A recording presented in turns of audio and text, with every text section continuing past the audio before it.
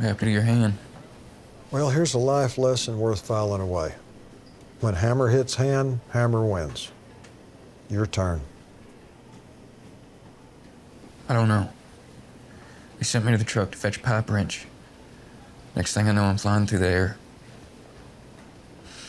And just like that, 3 widows and 6 orphans. 8 orphans. Here's reason number 1 of about 300 why you might want to find a better way of making a living. What am I gonna do? Sit in an office and sell fucking computer chips? Yeah, maybe. I know what I'm gonna do when they sew up what's left of my fucking finger. I'm gonna drive over to Luis's house and tell his wife she's lost a husband and 2 nephews. And then I'm going over to Armando's house and do the same kind of thing. And then I'm going out to Elvio's house to tell a 22-year-old mother to break out the fucking want ads and get a job.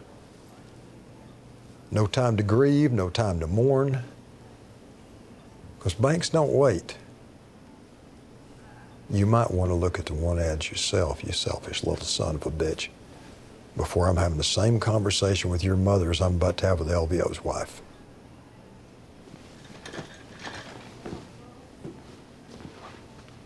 If I'm so selfish, what does that make you? A divorced alcoholic with $500,000 in debt, and I'm one of the lucky ones. I love him. Honey, every romantic relationship you'll ever have will be a failure, except the last one. Do you think this is the last relationship you're ever going to have? I want it to be. Well, hell, we want all of them to be. Do you think it will be? He can have anyone. Well, shit, you can too. Daddy, by your logic, I should just break up with him now and spare myself the suffering. And just wait for the last one. It don't work that way. You gotta love your way through the failures. You never know if you're in the last one till you're in it. Did you think Mama was the last one? Shit, no. Hell, honey, I was shocked your mama and I lasted 6 weeks. Why did it last so long? Same as you. I mean, as wrong as we were for each other, I loved her, you know. Couldn't keep my damn hands off of her. Shit, I still love her. If she lost the power of speech, I'd marry her again tomorrow. Oh, your brother's in the hospital, I forgot to tell you. Sorry about that. Where? Here, What's he doing in Midland? working for me. But he doesn't graduate till May. He don't graduate ever, he dropped out. He wants to work in the patch. He is such a loser. Daddy, I didn't mean it like that.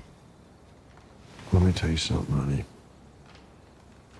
There's 2 types of people that work in the patch, dreamers and losers.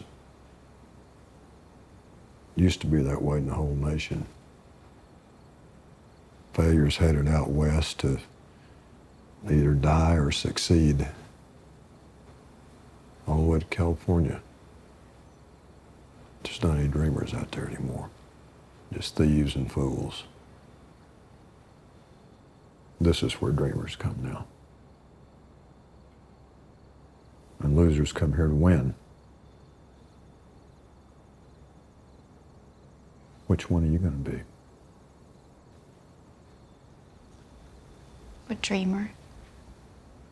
First attempt's always a failure, so it means you're going to be a loser. Wonder what you'll do then.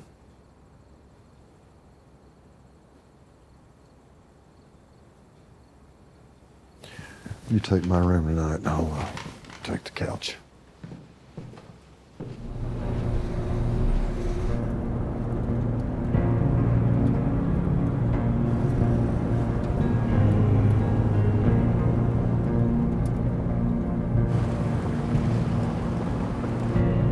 God, they're massive. 400 feet tall. The concrete foundation covers 1/3 of an acre and goes down in the ground 12 feet. Who owns them? Oil companies. We use them to power the wells. There's no electricity out here. We're off the grid. They use clean energy to power the oil wells? They use alternative energy. There's nothing clean about this.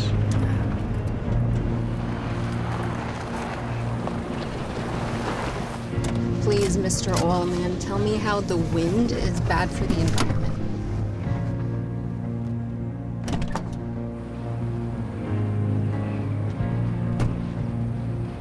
You have any idea how much diesel they have to burn to mix that much concrete or make that steel and haul this shit out here and put it together with a 450-foot crane? You want to guess how much oil it takes to lubricate that fucking thing or winterize it? And its 20-year lifespan, it won't offset the carbon footprint of making it. And don't get me started on solar panels and the lithium in your Tesla battery.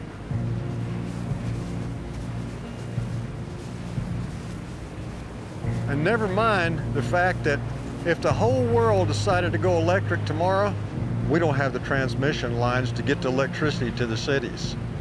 It'd take 30 years if we started tomorrow. And unfortunately for your grandkids, we have a 120-year petroleum-based infrastructure. Our whole lives depend on it. And hell, it's in everything. That road we came in on, the wheels on every car ever made, including yours, it's in tennis rackets and lipstick and refrigerators and antihistamines, pretty much anything plastic. Your cell phone case, artificial heart valves, any kind of clothing that's not made with animal or plant fibers, soap, fucking hand lotion, garbage bags, fishing boats, you name it. Every fucking thing. And you know what the kicker is? We're gonna run out of it before we find its replacement. It's the thing that's gonna kill us all. As a species. No, the thing that's gonna kill us all is running out before we find an alternative. And believe me, if Exxon thought them fucking things right there were the future, they'd be putting them all over the goddamn place. Getting oil out of the ground is the most dangerous job in the world. We don't do it because we like it. We do it because we run out of options. And you're out here trying to find something to blame for the danger besides your boss.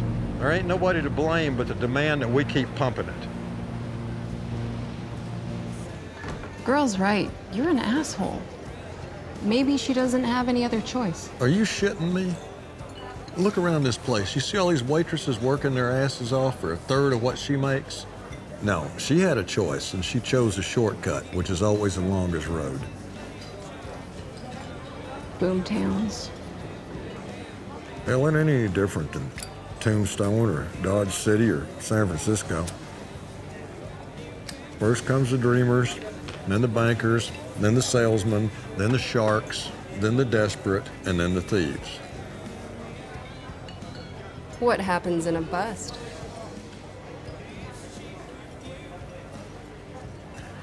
Well, you want oil to live above 60 but below 90. And don't get me wrong, we're still printing money at 90, but gas gets up over $3.50 a gallon, it starts to pinch. It hits 100, every product in America has to readjust its price. $78 a barrel, that's about perfect. You know, it brings enough profit to keep exploring, but it don't sting as much at the pump. Unless, of course, you're in California. I mean, they tax the shit out of it out there. It could be $45 a barrel, and it's still $4 a pump. I don't know how those son of bitches do it out there. 2020, a barrel of oil was worthless, and this place became a ghost town. And nobody's immune. Kids have to quit college, trucks get sold or repoed, houses too. People quit going to the doctor because they lost their insurance. Yeah, bust affects everything in a town like this. Even the lifespan of the population. The smart ones, they pay cash for everything and then sock away enough to ride out the troughs, but there ain't that many smart ones. This is how you have a celebration drink? Well, shit, you asked. You still awake, babe?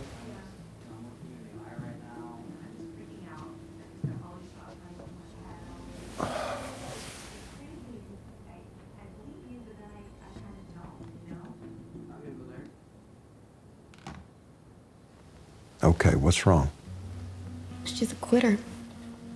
She's a fucking quitter. Market crashes and she leaves you. Finds the richest man who will ever. Well, honey, there's more to it than that. No, there isn't. It's hard to describe what it means to lose everything. Your house, your car, would sell all of her jewelry. And I was no picnic. I hid in a bottle and didn't come out till she left me. She was just trying to do the best thing for you and your brother. And it's not worth one tear out of you, hon.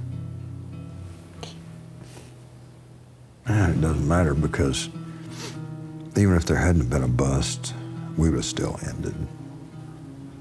We're just oil and water. You know what I mean? You get some sleep, honey.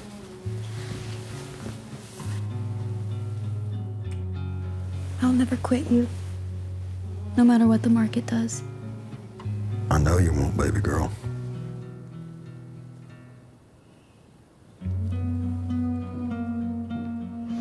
I guess you woke up this morning and decided, I don't want pussy ever again for the rest of my life. You know, from now on, you guys can eat your canned chili and Vienna sausages, and may the Lord have mercy on your colon. I just do it to be nice. That's not true. The fuck it isn't. You expect me to believe that you studied up on how to make this stuff and planned these meals and cooked them up and everything, had time to curl your hair and find your perfect mini skirt and your little apron and everything to be nice? Yeah. No. You did it to be appreciated, honey. And I understand that. And we do appreciate it. I appreciate the cleavage, I appreciate the hair, I appreciate the food, I appreciate all of it, really. What I don't like is the expectation. I mean, if we were in Spain, I'd sit in the fucking sand and eat out of that pan all day long for you. I really would. But I drove 600 miles today, honey, to see my oldest friend stare death in the face. And now my oldest friend is blinking. Do you understand what I mean? Now, I don't want to jump through culinary hoops with you. I just want to eat and drink my fake beer and then lay next to you tonight and forget this day ever happened. But you see, all my days are like this. And I'm gonna want the same thing tomorrow. Well, I was planning on a speakeasy night where we could all It's like, no, it ain't gonna happen. Honey, God bless you. I love you so much, but that ain't gonna happen. You can dress up. You could throw a fucking luau if you want to. I don't care. But you're gonna wear the grass skirt and the coconuts and play the ukulele. And the rest of us are gonna be sitting there eating and watching. Please, just no more participating, okay? Is that a deal? I was thinking about luau. You know, this changes it quite a bit. Change is not a bad thing, honey. Come here.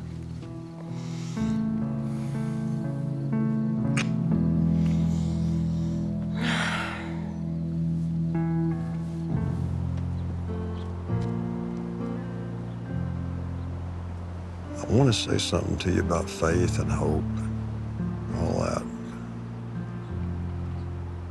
Since I don't believe in it, it's kind of hard to ask you to. But I will say this. Monty is the luckiest man I've ever known in my life. He wins when everybody, and I mean everybody, loses. So if I was still a betting man,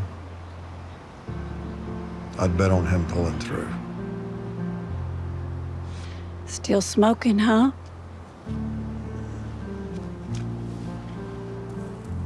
You're still a betting man every day. Now go and make a bet for me. Close the farm out, and we roll the dice one last time.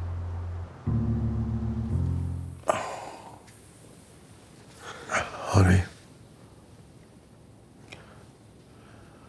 there are gonna be things that I can't tell you. You can't tell me. Just trust me. One thing I can't tell you is that my whole life passed before my eyes. And all I saw was you.